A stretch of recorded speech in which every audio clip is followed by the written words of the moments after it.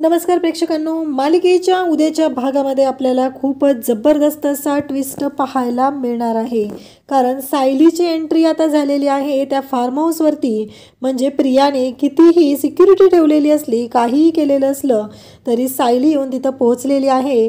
आणि सायलीच्या या एंट्रीने सगळ्यात मोठा धक्का बसलेला आहे तो म्हणजे प्रियाला आणि त्याहीपेक्षा अर्जुनला. कारण अर्जुनला कधीच वाटलं नव्हतं की त्याची सायली 2.0 व्हर्जन इतकं जबरदस्त असेल आणि सायलीची एंट्री अशा पद्धतीनं होईल असं अर्जुनला कधीही वाटलेलं नव्हतं.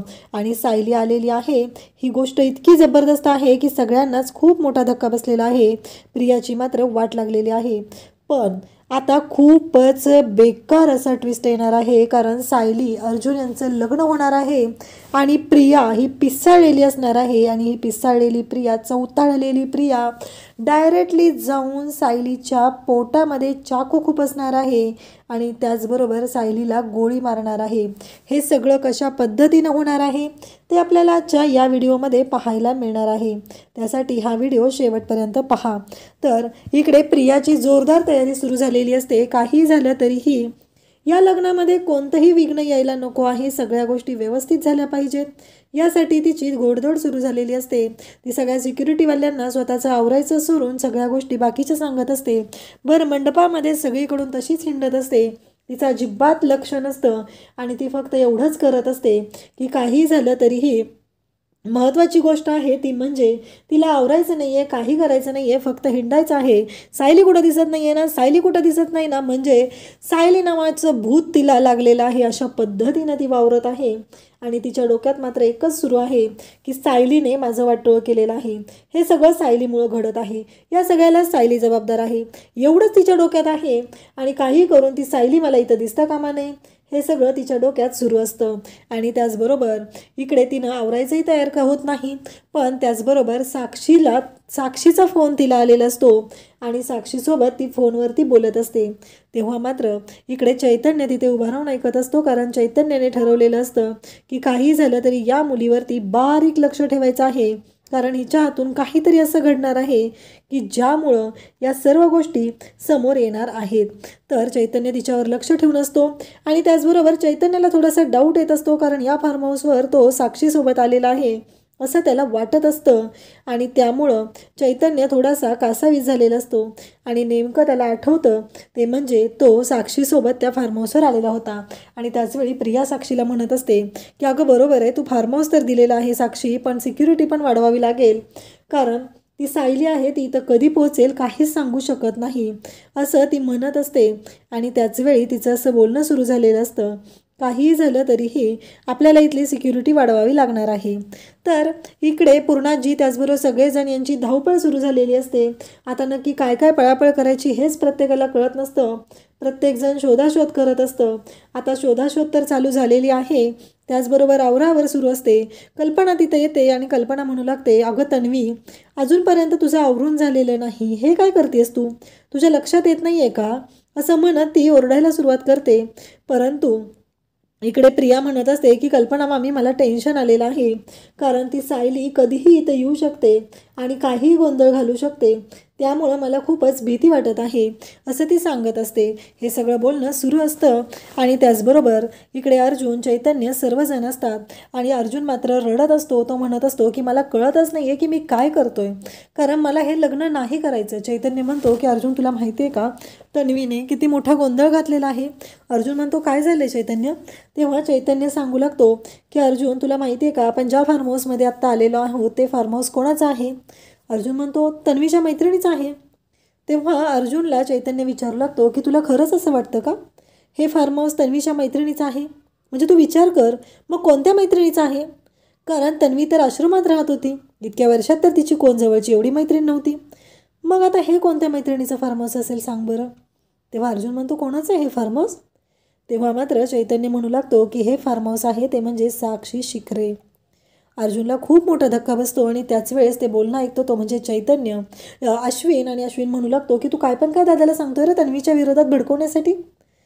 तेव्हा चैतन्य म्हणतो मी काही नाही सांगत, कारण मला माहिती आहे की हे फार्म हाऊस कोणाचं आहे. या फार्म हाऊसवरती मी याआधी येऊन गेलेलो आहे, त्यामुळं मला माहिती आहे की हे फार्म हाऊस कोणाच्या मालकीचं आहे.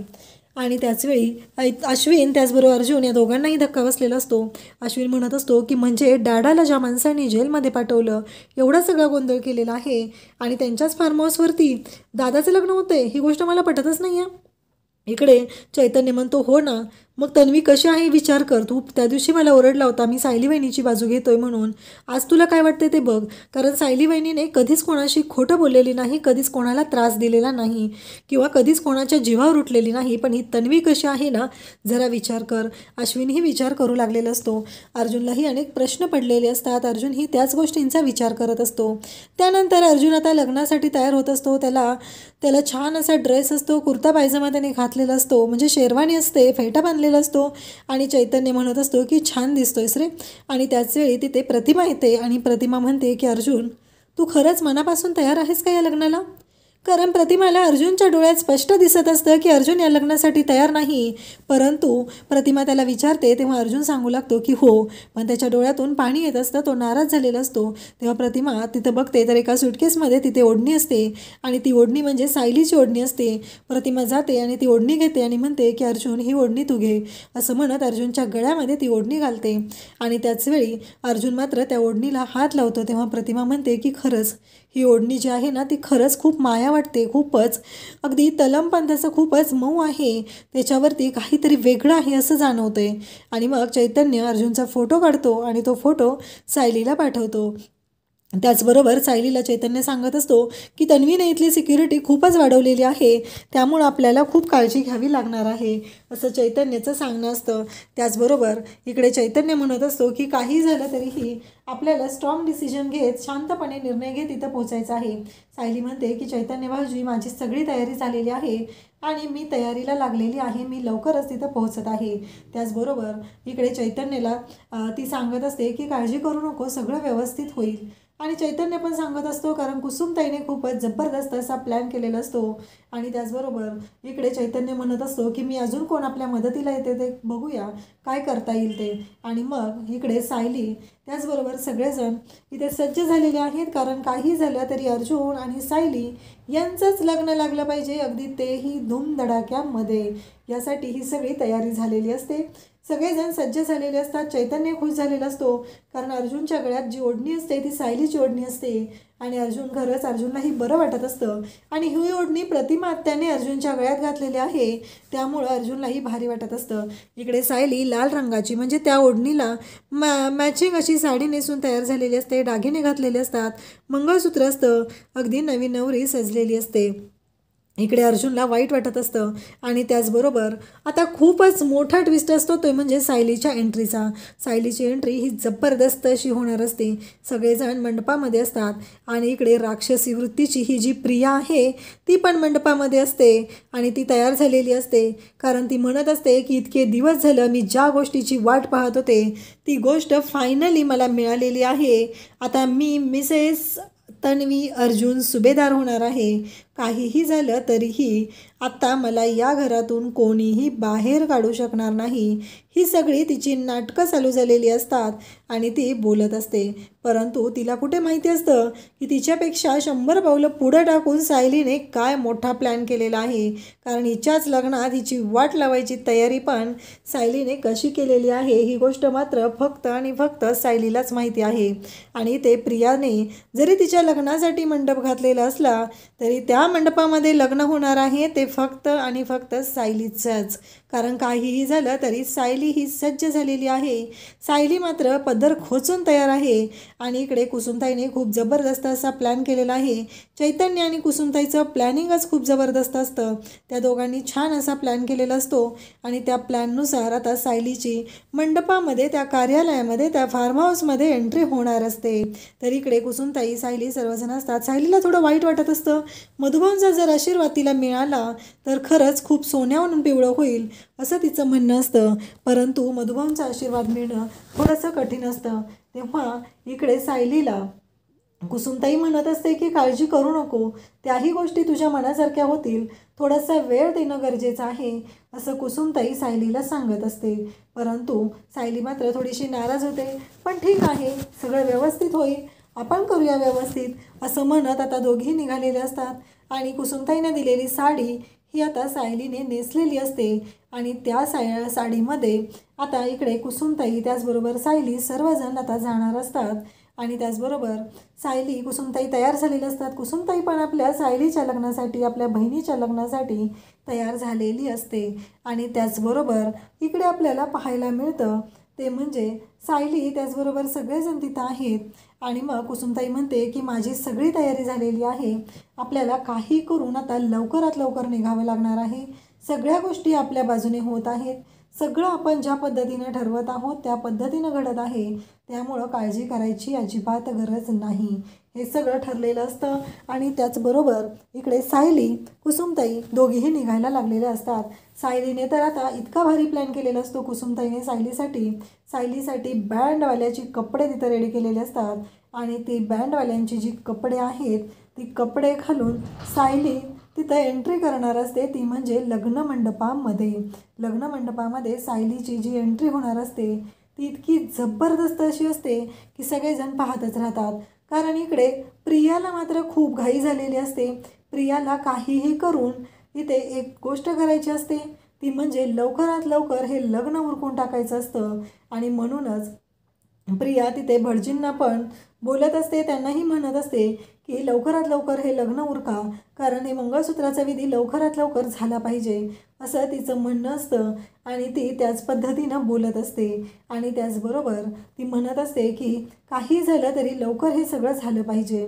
आणि मग इकडे गुरुजी म्हणत असतात की हो, गोष्टी लवकरच होणार आहेत, पण थोडं तुम्ही शांत घ्या ना, कारण एवढी घाई करणं योग्य नाही. हे लग्न होणं गरजेचं आहे, हे मलाही माहिती आहे, परंतु तुम्ही आत्ता जी घाई करत आहात ती पूर्णपणे चुकीची आहे, हे सगळं बोललंच जात असतं. आणि त्याचबरोबर इकडे त्याचबरोबर सायलीची एंट्री होते आणि प्रियाचं नेमकं लक्ष जातं. प्रिया म्हणू लागते की कोण आहे तिकडे, असं म्हणत प्रिया बोलत असते. आणि त्याच वेळी सायली तिथं असते आणि सायली तिथं आलेली असते हे पाहून सगळ्यांनाच धक्का बसलेला असतो. अगदी मंगळसूत्र घालायच्या वेळेस सायली तिथं पोचलेली आहे.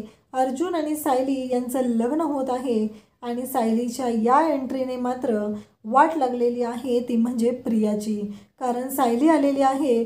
सायलीला पाहून प्रिया म्हणू लागते की ही कशी काय आलेली आहे इथं, ही गरजच नव्हती ना येण्याची इथं, असं प्रियाच्या डोक्यात सुरू झालेलं असतं.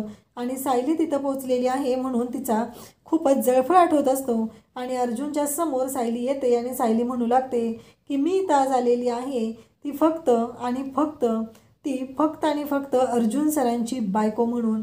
मग तुम्ही एक गोष्ट लक्षात ठेवा, अर्जुन सरांची पहिली बायको जिवंत असताना तुम्ही दुसऱ्या मुलीशी त्यांचं लग्न कसं करू शकता, हे सायली बोलत असते. आणि त्याचबरोबर म्हणू लागते की तन्वी सांग ना, मला काही प्रश्नांची उत्तरं तुझ्याकडून हवी आहेत. हे फार्म हाऊस कोणाचं आहे सांग बरं मला. तेव्हा ती म्हणत असते की हे माझ्या मैत्रिणीचं आहे. तेव्हा सायली म्हणते की किती खोटं बोलशील गं, मी सांगते सगळ्यांना, हे फार्म हाऊस आहे ते म्हणजे साक्षी महिपत शिकरे यांचं. आणि त्याचबरोबर ही तन्वी प्रत्येक वेळेस खोटं बोलत आहे, कारण तिचे संबंध महिपत आणि साक्षी यांच्याशी आहेत. आणि एवढं करून तिने एवढा खोटारडेपणा केलेला आहे, कारण ज्या महिपत शिकरेने बाबांवरती नको ते आरोप लावलेले होते, नार्कोटिक्सचे आरोप लावलेले होते आणि बाबांना जेलमध्ये पाठवलेलं होतं, त्यांच्याच फार्म हाऊसवरती स्वतःच्या लग्नाचा कारभार करताना हिला लाज कशी वाटली नाही, या भाषेमध्ये सायली बोलत असते. त्याचबरोबर सगळ्यांच्या समोर आता सायली प्रश्न विचारते, पूर्णाजी तुम्हाला एकदाही दिसलं नाही का हो तुमच्या नातवाच्या डोळ्यामध्ये तो खुश आहे का, तुम्ही सगळेजण इथे खुश आहात, पण मला सांगा तुमचा नातू खुश आहे का हो, तुम्ही एकदा तरी विचारलं त्याला काय वाटतंय म्हणून, त्याच्या मनात काय चालू आहे, एकदा तरी विचारलं का तुम्ही त्याला, असं म्हणत सायली पूर्णाजीला जाब विचारत असते. सायली अर्जुनला म्हणत असते की अर्जुन सर सांगा तुम्ही, कारण सायली सगळ्यांच्या समोर बोलत असते. ते म्हणजे की सायलीचं असं म्हणणं असतं की अर्जुन सर तुम्ही सांगा मला, कारण अर्जुन सरांनी आणि मी दोघांनी एकमेकांना प्रेमाची कबुली दिलेली आहे. एवढ्यावरच नाही तर अर्जुन सरांनी मला बस स्टँडवरती माझ्या प्रेमाची कबुली दिलेली आहे, माझ्यावरील प्रेम त्यांनी मान्य केलेलं आहे. त्याचबरोबर त्यांच्यावरती जेव्हा गुंडांनी हल्ला केला तेव्हा मी त्यांना माझ्या प्रेमाची कबुली दिलेली आहे. कधी आम्ही दोघं जण एकमेकांच्या प्रेमात पडलो ती गोष्ट आम्हालाच कळलेली नाही. मान्य आम्ही कॉन्ट्रॅक्ट मॅरेज केलेलं होतं, सगळं मान्य आहे, पण तुमच्या सर्वांच्या नजरेतून ही गोष्ट कशी चुकली, कारण तुम्हाला सगळ्यांना तर वाटत होतं ना अर्जुन सर आणि मी एकमेकांच्या प्रेमात आहोत, मग ही गोष्ट कशी विसरला तुम्ही, आता तर आम्ही खरे प्रेमात पडलेलो आहोत, मग आता काय प्रॉब्लेम आहे. हे सगळं चालू असतं. आणि त्याचबरोबर इकडे सायली जेव्हा बोलत असते तेव्हा अर्जुन म्हणत असतो की काही झालं तरीही मी फक्त आणि फक्त पूर्णाजीला वचन दिलेलं आहे. अर्जुनला सगळ्यांच्या समोर सायली विचारते, माझ्या डोक्यावर हात ठेवून सांगा की तुमचं कोणावरती प्रेम आहे. आणि हे सगळं चालू असतं. आणि त्याच वेळी अर्जुन मात्र म्हणत असतो की माझं फक्त आणि फक्त सायलीवरती प्रेम आहे. मी फक्त सायलीचाच माझी बायको म्हणून विचार करू शकतो. मी कधीच तन्वीला बायकोचं स्थान देणार नाही. हे सगळं चालू असतं. आणि त्याचबरोबर अर्जुन तिथे बोलत असतो. अर्जुन मात्र म्हणत असतो की मी कधीच तन्वीला बायकोचं स्थान देणार नाही आणि तिच्यावर प्रेम करण्याचा तर प्रश्नच येत नाही. मी कधीच तिच्यावरती प्रेम करणार नाही. हे सगळ्यांच्या समोर त्याने सांगितलेलं असतं. आणि त्याचबरोबर इकडे सगळ्यांच्या समोर हे घडतं तेव्हा प्रियाची लाही होऊ लागते. आणि मग पूर्णाजी पण तिथं बोलत असते की अर्जुन मला माफ कर. कारण सायली म्हणू लागते की अर्जुन सरांनी आत्ता तुमच्या सगळ्यांच्या समोर सांगितलेलं आहे, पण तर अजूनही तुम्हाला वाटत असेल तर तुम्ही विचार करा. कारण काहीही झालं तरीही अर्जुन सरांनी त्यांच्या प्रेमाची कबुली मला दिलेली आहे. आणि तुम्ही पूर्णाई अर्जुन सरांना तुमचा नातू आहे ना, पण तुम्हाला कधीच वाटलेलं नाही की आपल्या नातवाच्या मनात काय चालू आहे.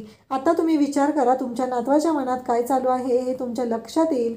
हे सगळं बोलणं सुरू असतं. आणि त्याचवेळी प्रतिमा तिथे त्याने म्हणते की मी आत्ता सांगत आहे की इथं मला दिसतंय अर्जुनच्या डोळ्यातले अश्रू मला दिसत आहेत.